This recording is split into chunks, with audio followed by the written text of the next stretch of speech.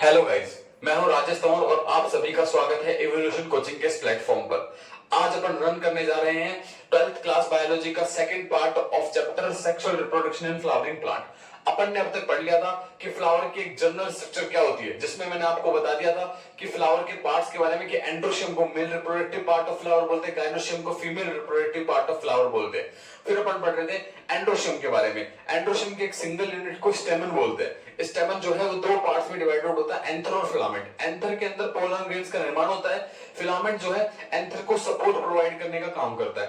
अब अगर आपने वो वीडियो नहीं देखी है तो प्लीज वॉच इट, देन इस पार्ट पर आना। अब अपन पढ़ने वाले हैं ट्रांसफर सेक्शन ऑफ एंथर। तो स्टार्ट करते हैं। सबसे पहले मैंने आपको जो बातें बताई थी वो अब मैं आपको रिवाइज भी करवा दूंगा इस वीडियो के अंदर। तो ट्रांसफर सेक्शन ऑफ एंथर, अपन ने क्या किया कि एंथर का ऊपर का सेक्शन काट दिया, ऊपर का पार्ट काट दिया और फिर जो एंथर है वो कुछ ऐसे दिखाई देगा।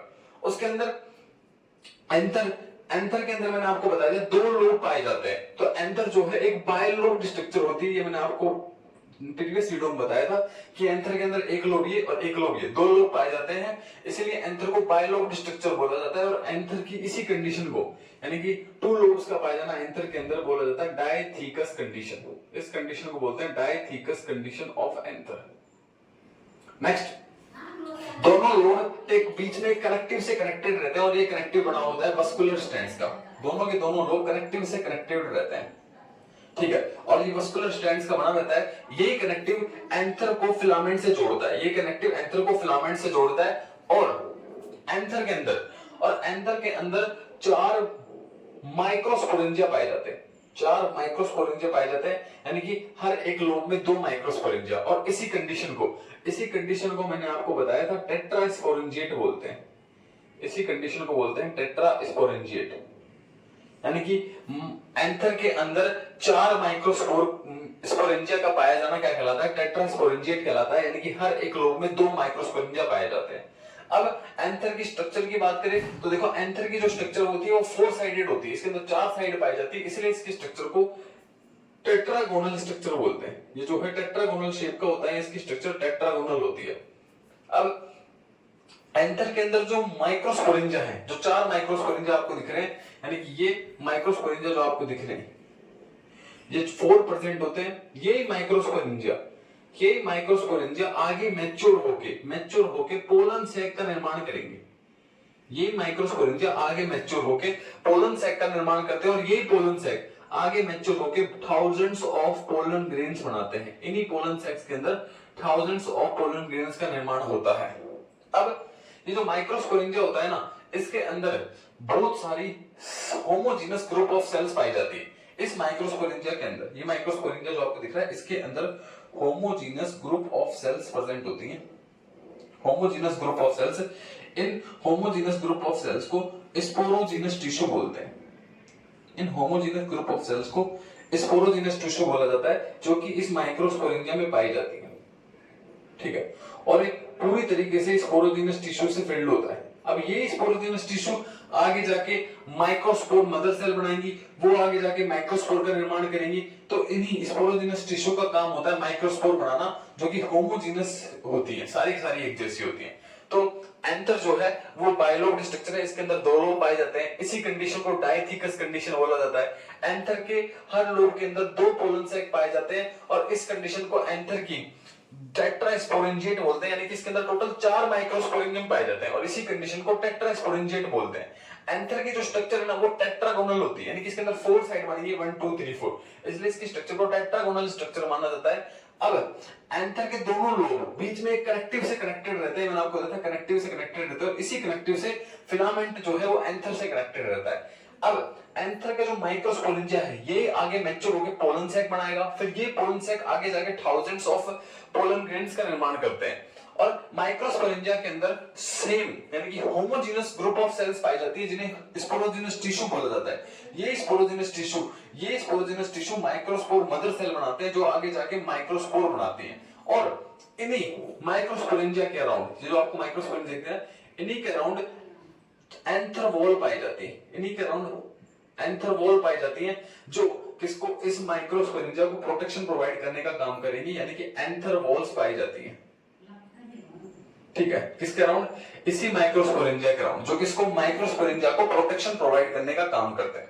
चलो अब नेक्स्ट आप अपन देखते हैं स्ट्रक्चर ऑफ माइक्रोस्पोरेंजिया। माइक्रोस्पोरेंजिया के बारे में पढ़ते हैं और इन लेयर्स के बारे में पढ़ते हैं कि कौन कौन सी लेयर्स होती हैं, इन लेयर्स का नाम क्या और क्या फंक्शन होता है। ठीक है, चलो मैं रफ कर देता हूं इसे।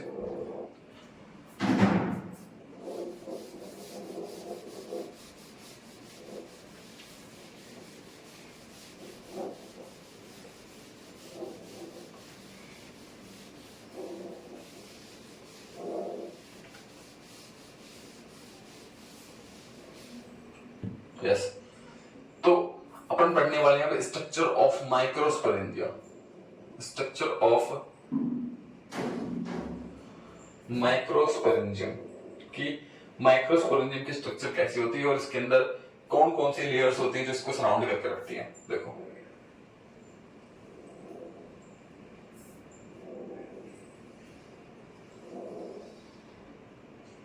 अब ये मैंने आपके सामने एक स्ट्रक्चर एंथर बना दिया, एंथर के दो लोब बना दिए। इसके अंदर मैं यहाँ पर एक माइक्रोस्पोरेंजिया बना देता हूँ। इसी माइक्रोस्पोरेंजिया के अंदर माइक्रोस्पोर मदर सेल या आप बोल सकते हैं पोलन मदर सेल का निर्माण होगा। अब जो एंथर होता है वो तो मैंने आपको बताया, जो एंथर होता है वो तो टेट्रागोनल होता है शेप के अंदर, लेकिन जो माइक्रोस्पोरेंजियम होता है, ये जो आपको माइक्रोस्पोरेंजियम दिख रहा है, ये तो बेटा स्पेरिकल होता है। ये शेप के अंदर होता है स्पेरिकल, स्पेरिकल इन शेप। इसकी जो स्ट्रक्चर होती है वो स्पेरिकल होती है। सेकंड बात करें, इसके अंदर मैंने आपको बताया बहुत सारी होमोजीनस ग्रुप ऑफ सेल्स पाई जाती है जिन्हें स्पोरोजीनस टिश्यू बोलते हैं। तो ये किससे फिल्ड होता है? It is filled with sporogenous tissue. Sporogenous tissue से भरा होता है।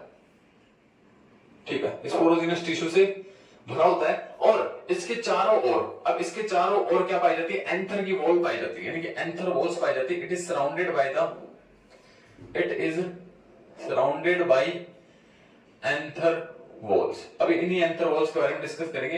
एंथर वॉल से सराउंडेड होता है और ये जो एंथर वॉल्स होती हैं ये चार टाइप की होती हैं। चारों टाइप पर पढ़ेंगे कौन कौन सी। अगर मैं आपको नाम बताना चाहूं तो फर्स्ट वॉल का नाम होता है एपिडर्मिस, सेकंड वॉल का नाम होता है एंडोथीशियम, थर्ड वॉल का नाम होता है मिडल लेयर और फोर्थ वॉल का नाम होता है टैपेटम। अभी पढ़ेंगे। तो जो माइक्रोस्पोरेंजियम होता है वो स्फेरिकल होता है शेप के अंदर। इसके अंदर स्पोरोजिनस टिश्यू पाए जाते हैं और ये सराउंडेड होता है एंथर वॉल से। और ये एंथर वॉल्स होती है जो चार प्रकार की होती है। कितने प्रकार की? 4 टाइप्स ऑफ एंथर वॉल पाई जाती हैं। अब जिसमें मैं आपको सबसे पहली लेयर के बारे में बता रहा हूं जो सबसे बाहर पाई जाती है, जिसका नाम होता है एपिडर्मिस। जो मैं आपके सामने बना रहा हूं, ये चारों माइक्रोस्पोरेंजिया 1 3 4, इन चारों माइक्रोस्पोरेंजिया की तरफ होगी, चारों माइक्रोस्पोरेंजिया के चारों तरफ पाई जाती है ये लेयर। लेकिन मैं एक ही के अराउंड बनाऊंगा समझाने के लिए आपको। देखो ये जो फर्स्ट लेयर है इसका नाम होता है एपिडर्मिस। फर्स्ट लेयर यानी कि फर्स्ट लेयर ऑफ एंथर, इसका नाम होता है बेटा एपिडर्मिस। एपिडर्मिस बोलते हैं। देखो इंसानों के अंदर में जो बाहर की सबसे पहली लेयर होती है उसका नाम भी एपिडर्मिस होता है और एंथर की फर्स्ट लेयर का नाम भी क्या होता है? एपिडर्मिस होता है। अब बात करें, ये सबसे बाहर पाई जाती है यानी कि it is the outer most layer of anther. Outer most layer of anther सबसे बाहर पाई जाती है, इसलिए इसे आउटर मोस्ट लेयर बोलते हैं एंथर की। Second, what is the function of, next function of epidermis, इसकी बात करें तो ये बनी होती है एपिडर्मल सेल्स की। It is made up of epidermal cells.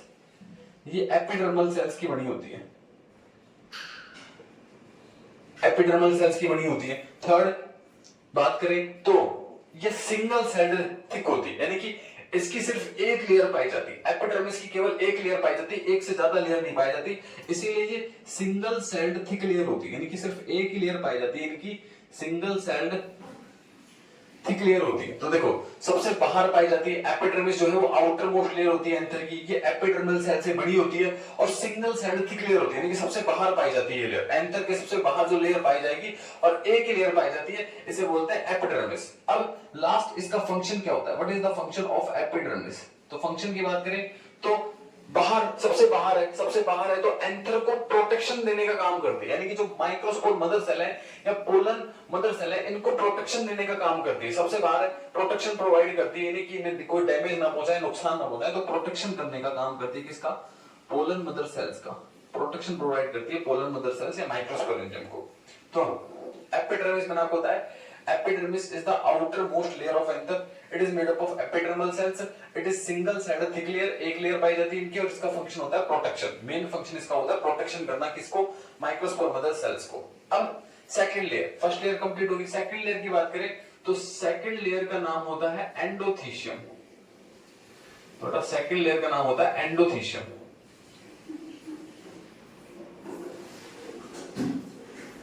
देखो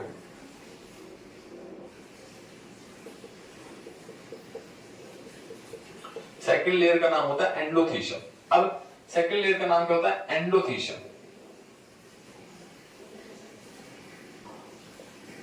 सेकंड लेयर का नाम होता है एंडोथीशियम.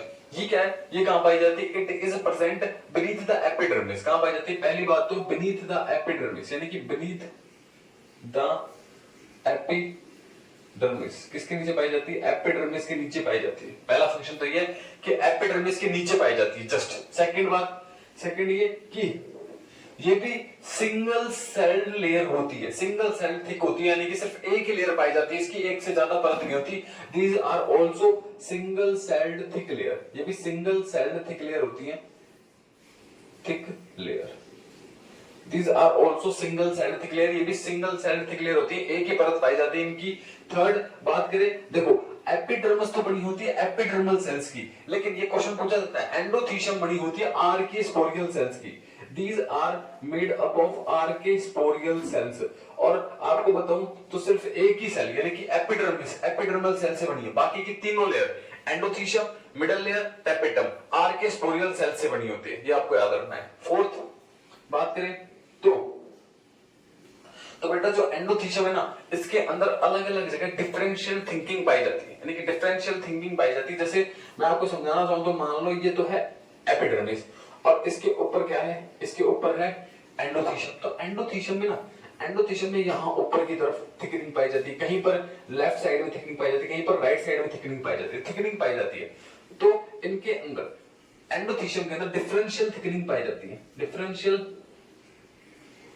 अलग अलग जगह अलग थिकनिंग पाई जाती है, डिफरेंशियल थिकनिंग पाई जाती है. थिकनिंग पाई जाती है और किसकी?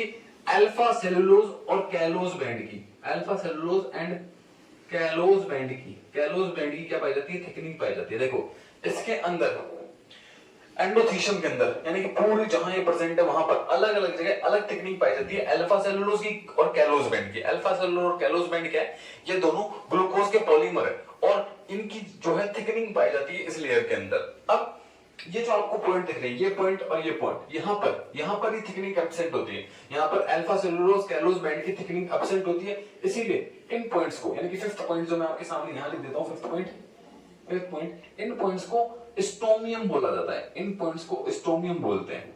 ये जो पॉइंट्स दिख रहे हैं आपको यहां पर और यहां पर प्रेजेंट होते हैं, इन पॉइंट्स को स्टोमियम बोलते हैं. और यहां पर alpha cellulose callose band absent होते हैं क्योंकि यहीं पर, इसलिए यहीं से क्या होता है? डाइहेंस होगा एंथर का, एंथर फटेगा और एंथर फट के यहीं से पोलर ग्रेन बाहर निकलते हैं. तो स्टोमियम से क्या होता है? एंथर का डाइहेंस होता है. यहां पर अल्फा सेलुलोज कैलोज बैंड की थिकनिंग एब्सेंट होती है. अब बात करें सिक्स्थ पॉइंट की, तो what is the function of endothecium? तो पहला फंक्शन तो ये कि अल्फा सेलुलोज कैलोज बैंड की थिकनिंग है तो प्रोटेक्शन देने का काम करती है. First function is the protection. क्या प्रोवाइड करेगी? प्रोटेक्शन प्रोवाइड करेगी.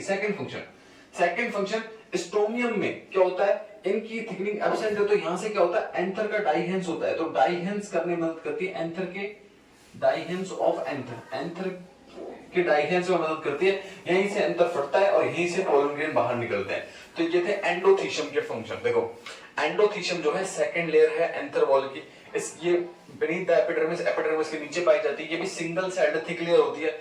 सिंगल सेल मतलब इसकी भी एक ही परत पाई जाती है. ये आर्किस्पोरियल सेल से बनी होती है और बाकी की दोनों लेयर मिडल लेयर टेपेटम ये भी आर्किस्पोरियल सेल से बनी होती है. केवल एपिडर्मिस एपिडर्मल सेल से बनी होती है. और इसके अंदर differential thickening of alpha cellulose और कैलोज बैंड इज प्रेजेंट, यानी कि इधर अलग अलग थिकनिंग, यानी कहीं पर अल्फा सेलुलोज और कैलोज बैंड की थिकनिंग पाई जाएगी अलग अलग जगह. लेकिन कुछ जगह जैसे कि ये पॉइंट हो गया और यहाँ पर एक पॉइंट हो गया, इन पॉइंट्स को स्टोमियम बोलते हैं. यहाँ पर अल्फा सेलुलोज कैलोज बैंड की थिकनिंग एब्सेंट होती है और यहीं से एंथर डाइहेंस होता है और पोलन ग्रेन बाहर निकलते हैं. और सिक्स्थ पॉइंट फंक्शन की बात करें तो एंडोथीशियम प्रोटेक्शन देने का काम करती है, साथ साथ एंथर के डाइहेंस में मदद करती है. एंथर यहीं से एंथर का डाइहेंस होता है और यहीं से पोलन ग्रेन बाहर निकलते हैं. अब दो लेयर कंप्लीट हो गई, अपन चलते हैं थर्ड लेयर पर. तो थर्ड लेयर के लिए मैं यहां से रफ कर देता हूं. देखो थर्ड लेयर की बात करें तो थर्ड लेयर की बात करें यानी थर्ड लेयर का नाम होता है मिडल लेयर। थर्ड लेयर का नाम है मिडल लेयर। देखो ये जो लेयर है ये सिंगल सेल थिकनी होती है, इसकी 2 से 3 परत पाई जाती है, यानी कि यहां पर 2 से 3 परत पाई जाती है। इसकी ये सिंगल सेल थिक लेयर नहीं होती, इसकी 2 से 3 परत पाई जाती है। इसकी 2 से 3 परत पाई जाती है, ये सिंगल सेल थिक लेयर नहीं होती। यानी कि पहली बात तो ये इसकी क्या पाई जाती है 1 2 to 3 thick layer are present, यानी कि इसके 2 से 3 थिक लेयर पाई जाती है, परत पाई जाती है। दूसरा ये कहां पाई जाती है, ये प्रेजेंट होती है एंडोथीशियम के नीचे। आप लिख सकते हो breath the endothecium, breath the endothecium. या अपन ऐसे बोल सकते हैं कि टेपेटम और एंडोथीशियम बीच में, यानी चौथी लेयर कौन सी है, टेपेटम है और बीच में ये है, तो एंडोथीशियम और टेपेटम के बीच में पाई जाती है, इसलिए इसे मिडिल लेयर बोला जाता है। इसलिए यहां पर ये भी लिख सकते हैं कि एंडोथीशियम और टेपेटम के बीच में पाई जाती है, या कहां पाई जाती है, बीनीथ द एंडोथीशियम, एंडोथीशियम के नीचे पाई जाती है। थर्ड पॉइंट बात करें तो ये जो है ना ये शॉर्ट लाइव्ड होती है, यानी कि कम ही टाइम तक रहती है और फिर उसके बाद क्या हो जाती है, डिसअपीयर हो जाती है, शॉर्ट लाइव्ड होती है। मतलब ये यंग एंथर के अंदर तो प्रेजेंट होती है, जब एंथर यंग होता है, तो उसके अंदर तो होती है, लेकिन जैसे ही एंथर मैच्योर हो जाता है, जैसे ही एंथर मैच्योर हो जाता है तो ये डिसअपीयर हो जाती है, यानी कि उसके अंदर नहीं पाई जाती, डिसअपीयर हो जाती है। यानी कि these middle layers are short lived, these are present in young anther but disappears in the mature anther। Mature के अंदर एंथर के अंदर डिसअपीयर हो जाती है, बट यंग एंथर के अंदर ये पाई जाती है। इसका फंक्शन क्या है, तो इसका फंक्शन है फूड को स्टोर करके रखना, यानी कि फूड को रिजर्व फूड को स्टोर करके रखती है, अपने अंदर फूड को स्टोर करके रखती है। तो इनका काम है फूड को स्टोर करके ना, फूड स्टोरेज, स्टोर करने का काम करती है, फूड के स्टोरेज का काम करती है, रिजर्व फूड को स्टोर करके रखती है अपने अंदर, और इस फूड को टेपेटम को दे देती है, फिर टेपेटम नरिशमेंट प्रोवाइड करता है माइक्रोस्पोर मदर सेल को। लेकिन इनका काम होता है फूड को स्टोर करके रखना, रिजर्व फूड को स्टोर करके रखती है कौन, मिडल लेयर। तो अपन ने तीनों लेयर पढ़ ली। देखो पहली बात तो मैंने आपको बताया था कि माइक्रोस्पोरेंजियम एक स्फेरिकल शेप में पाया जाता है, जबकि जो एंथर है उसकी शेप टेट्रागोनल होती है। माइक्रोस्पोरेंजियम के अंदर बहुत सारे स्पोरोजिनस टिश्यू पाए जाते हैं, स्पोरोजिनस टिश्यू पाए जाते हैं, और ये स्पोरोजिनस टिश्यू आगे जाके microspore mother cell, pollen mother cell बनाएंगे, इन्हीं से माइक्रोस्पोर टेट्राड बनेगा। अब ये जो है microsporangium it is surrounded by the anther wall, इसके चारों ओर एंथर वॉल पाई जाती है, और 4 प्रकार के एंथर वॉल पाई जाती है, जिसमें अपन ने पहली पढ़ी एपिडर्मिस, सेकंड पढ़ी एंडोथीशियम, थर्ड पढ़ी मिडिल लेयर, और फोर्थ पढ़ेंगे टेपेटम। तो एपिडर्मिस जो है वो एपिडर्मल सेल से बनी होती है, सबसे बाहरी लेयर है, बाहर पाई जाती है, और ये सिंगल सेल थिक लेयर होती है, इसकी केवल एक ही परत पाई जाती है, और इसका काम होता है प्रोटेक्शन प्रोवाइड करना, सबसे बाहर है तो प्रोटेक्शन प्रोवाइड करती है माइक्रोस्पोर मदर सेल्स को। एंडोथीशियम एपिडर्मिस से नीचे पाई जाती है, ये भी सिंगल सेल थिक लेयर होती है, यानी कि इसकी भी एक ही परत होती है, और ये आर्के स्पोरियल सेल से बनी होती है, यानी कि एपिडर्मिस ही एकमात्र सेल है जो एपिडर्मल सेल से बनी है, बाकी तो एंडोथीशियम, टेपेटम और मिडिल लेयर तीनों किससे बनेगी, आर्के स्पोरियल सेल से बनी होती है। इनके अंदर differential thickening of alpha cellulose and callose band is present. देखो अल्फा सेलुलोज और कैलोज ग्लूकोज के पॉलीमर होते हैं, और इनकी थिकनिंग पाई जाती है कहां पर, एंडोथीशियम की लेयर में। लेकिन कुछ पॉइंट जैसे कि इधर और इस पॉइंट पर यहां पर क्या होते हैं, यहां पर अल्फा सेलुलोज कैलोज की थिकनिंग एब्सेंट होती है, इसीलिए इन पॉइंट्स को स्ट्रोमियम बोलते हैं, और यहीं से एंथर फटता है और पोलन ग्रेन्स बाहर निकलते हैं। तो एंडोथीशियम का काम क्या होता है, एंडोथीशियम का काम होता है प्रोटेक्शन प्रोवाइड करना, साथ साथ डाइहेंस करना एंथर का। अब नेक्स्ट आते हैं थर्ड पॉइंट पे, मिडिल लेयर पे। मिडिल लेयर जो है वो 2 to 3 थिक लेयर होती है, यानी कि यहाँ पर 2 या 3 परत पाई जाती है मिडिल लेयर की, और ये पाई जाती है एंडोथीशियम के नीचे, यहाँ बोल सकते हो एंडोथीशियम और टेपेटम के बीच में, इसलिए इसे मिडिल लेयर बोलते हैं। ये शॉर्ट लिव्ड होती है, मतलब कम ही टाइम रहती है, यंग एंथर के अंदर तो होती है, लेकिन जैसे एंथर मैच्योर हो जाता है तो डिसअपीयर हो जाती है, गायब हो जाती है। उसके बाद इसका फंक्शन है फूड को स्टोर करना, यानी फूड को स्टोर करके रिजर्व करके रखती है फूड को, ठीक है। अब लास्ट लेयर जो अपन पढ़ने वाले हैं टेपेटम, इसके लिए मेरे को डायग्राम रफ करना पड़ेगा क्योंकि उसके फंक्शन काफी बड़े और इंपॉर्टेंट लेयर है वो। तो आप समझो कि ये जो लेयर है इसे टेपेटम बोलते हैं, जो सबसे पास पाई जाती है किसके, जो सबसे पास पाई जाती है स्पोरोजिनस टिश्यू माइक्रोस्पोरेंजियम के सबसे पास पाई जाती है, इस लेयर को बोलते हैं टेपेटम फोर्थ लेयर। अब इसके बारे में पढ़ते हैं, ठीक है।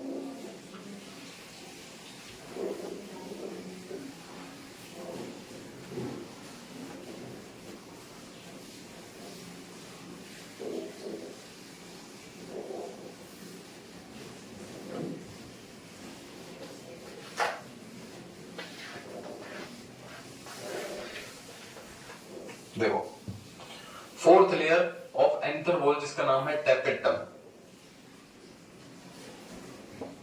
टेपेट देखो it is the inner most layer. ये क्या है? Inner most layer of anther. Inner most layer of anther, ये इनर मोस्ट लेयर है एंथर की, सबसे अंदर पाई जाने वाली लेयर। यानी कि यही ऐसी लेयर है जो किसको सराउंड करती है? It surrounds the microsporangium. यानी कि माइक्रोस्पोरेंजियम के सबसे पास पाई जाती है। इट सराउंड्स द माइक्रोस्पोरेंजियम, सबसे पास पाई जाती है माइक्रोस्पोरेंजियम को, उसको सराउंड करती है, उसके चारों ओर प्रेजेंट होती है। ठीक है, इनर मोस्ट लेयर है। इसकी बात करें तो ये भी सिंगल सेल्ड थिक लेयर होती है, इसकी भी एक ही परत पाई जाती है, single celled thick layer.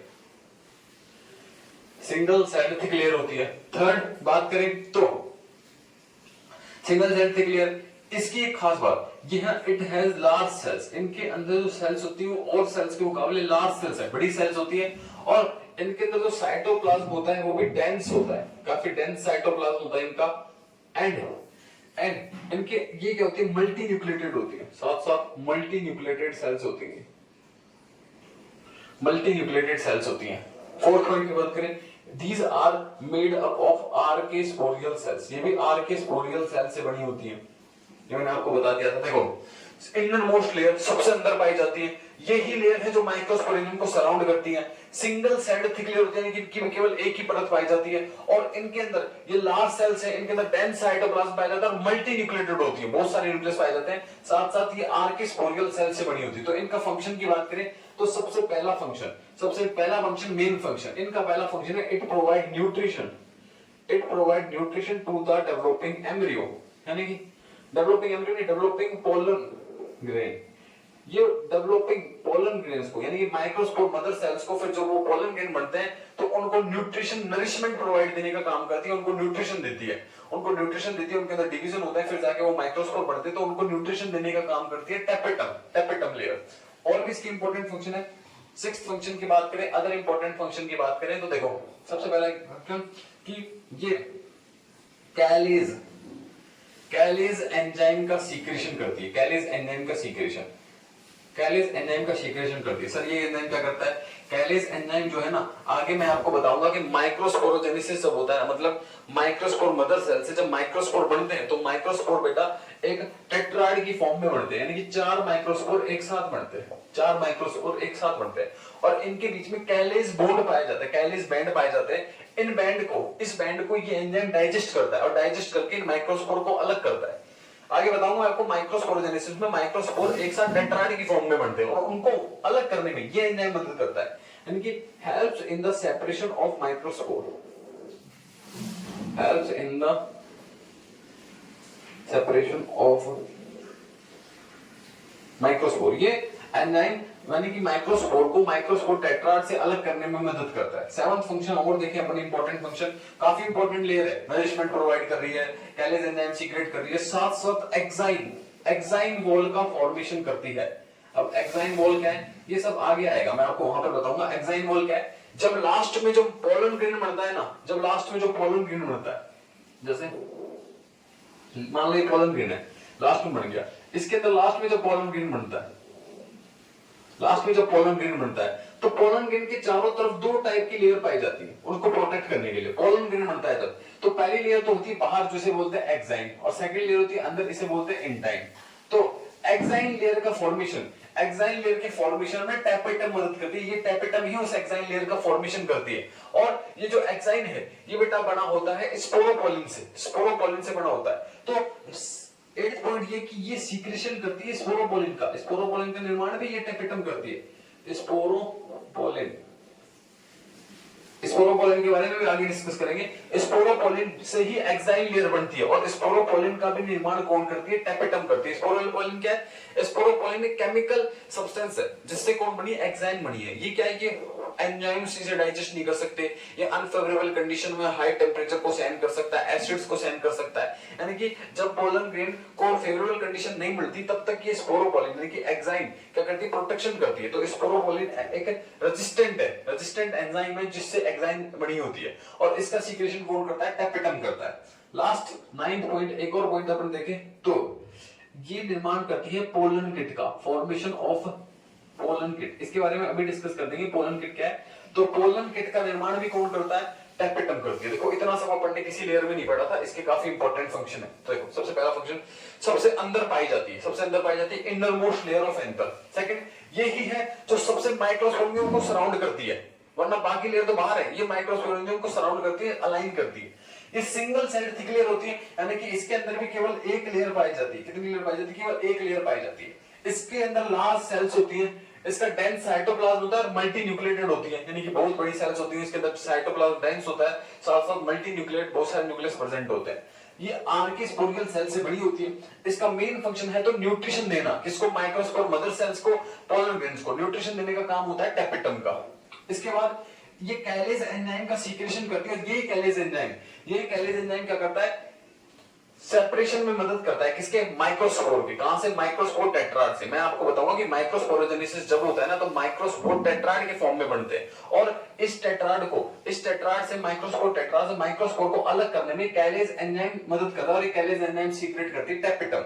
Last exine wall का फॉर्मेशन, टैपेटम ही एक्साइन यानी कि outer most wall of pollen, exine उसका फॉर्मेशन करती है टैपेटम। और ये जो एक्साइन है वो स्पोरोपोलिन से बना होता है। स्पोरोपोलिन एक रेजिस्टेंट केमिकल सब्सटेंस है, तो ये भी कौन सीक्रेट करती है, ये भी सीक्रेट करती है टैपेटम। और लास्ट पोलन किट का फॉर्मेशन करती है। पोलन किट क्या है भी डिस्कस कर लेंगे। पोलन किट का फॉर्मेशन करती है। तो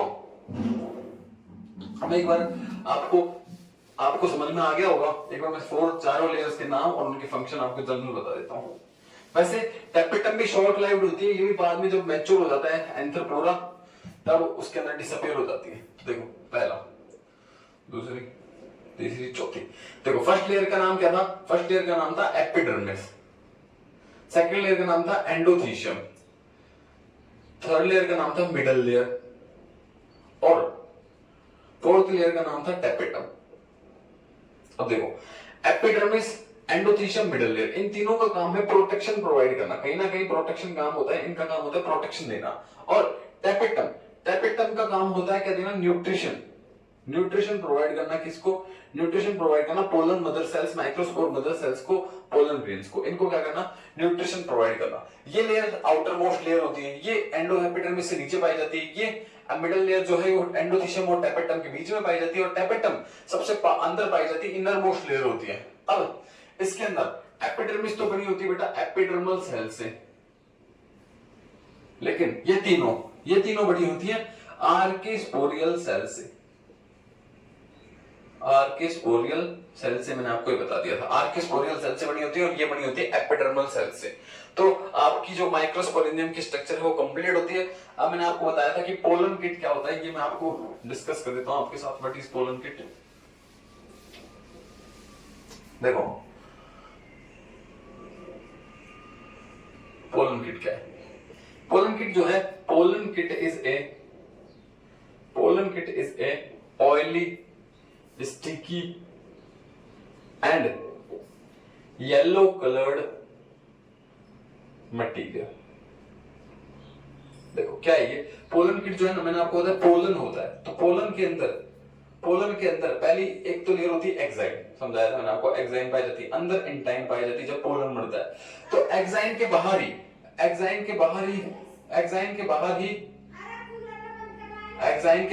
पाई जाती है, एक्साइन के बाहर ही पाई जाती है बेटा पोलन किट। इसी को बोलते हैं पोलन किट। क्या बोलते हैं, पोलन किट। ये जो है ये ऑयली होती है, स्टिकी होती है, और साथ साथ येलो कलर की होती है नेचर में। ये किस में मदद करती है, ये इंसेक्ट्स को अट्रैक्ट करने में मदद करती है, यानी कि ये इंसेक्ट्स को अट्रैक्ट करने में मदद करती है। It help in the attraction, insects को अट्रैक्ट करने में मदद करती है, क्योंकि ये उन प्लांट्स के पोलन किट भी जनरली एक्साइन और इंटाइन तो हर एक पोलन ग्रेन में पाई जाती है, किसी प्लांट का पोलन ग्रेन हो, लेकिन पोलन किट तो सिर्फ उन्हीं प्लांट्स में पाई जाती है जिनके अंदर जो पॉलिनेशन है, यानी कि पॉलिनेशन का मतलब transfer of pollen grain. Pollination जो है इंसेक्ट्स की मदद से होता है, जिनके अंदर पॉलिनेशन इंसेक्ट्स की मदद से होता है, उनके अंदर ही पोलन किट पाई जाती है। इसीलिए जो पोलन किट्स होती है वो ऑयली होती है, चिपचिपी होती है, स्टिकी होती है और येलो कलर की होती है, क्योंकि येलो कलर काफी अट्रैक्टिव होता है। कई बार आप येलो शर्ट पहने हो तो आपकी कंफ्यूजन हो गई, वो इंसेक्ट्स आपके ऊपर आ जाती है, शर्ट्स के ऊपर आ जाती है। लेकिन इसीलिए पोलन किट जो है येलो कलर की होती है, ऑयली होती है, स्टिकी होती है। ये क्या करती है, इंसेक्ट्स को अट्रैक्ट करती है पॉलिनेशन के लिए, और साथ साथ उन्हीं प्लांट्स के अंदर पाई जाती है, उन्हीं प्लांट्स के पोलन ग्लैंड में पाई जाती है जिनके अंदर पॉलिनेशन जो है वो इंसेक्ट से होता है। और इनका एक काम और होता है, यूवी रेस से प्रोटेक्ट भी करती है किसको, पोलन को। यूवी रेस से प्रोटेक्ट करती है पोलन ग्रेन्स को। ठीक है, तो पोलन किट आपको समझ में आ गया होगा। अब अपन नेक्स्ट क्लास में, मैं जल्दी उसका वीडियो बनाऊंगा, नेक्स्ट क्लास में अपन पढ़ेंगे माइक्रोस्पोरेंजेनेसिस। माइक्रोस्पोरेंजेनेसिस कैसे होता है, पोलन ग्रेन का निर्माण कैसे होता है, ये अपन नेक्स्ट क्लास में डिस्कस करेंगे। Thank you very much, next class में मिलते हैं।